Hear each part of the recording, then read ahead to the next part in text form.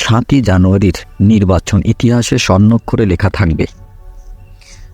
দ্বাদশ জাতীয় সংসদ নির্বাচন অনুষ্ঠিত হয়েছে 7ই জানুয়ারি।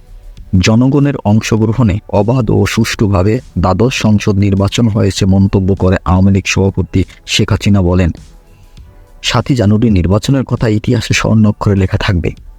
মঙ্গলবার গণভবনে আওয়ামী লীগ ও সহযোগী সংগঠনের পাশাপাশি দেশের সর্বস্তরের নাগরিকদের সঙ্গে নির্বাচন পরবর্তী শুভেচ্ছা বিনিময় অনুষ্ঠানে তিনি একথা বলেন।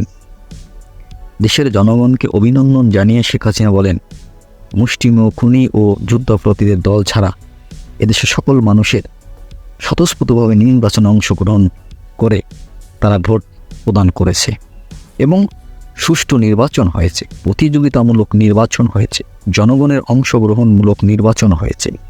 এতে দলের মধ্যে 2-4টা দল অংশগ্রহণ না করলে কিছু আসে যায় না। জনগণ অংশগ্রহণ করছে, সেটাই সবথেকে বড়। এই নির্বাচন স্বতঃস্ফূর্তভাবে জনগণের অংশগ্রহণ করেছে। 120 বছরের বয়স্ক বুড়ো মানুষও ভোট দিতে গেছে। এর থেকে বড় কথা আর কি হতে পারে?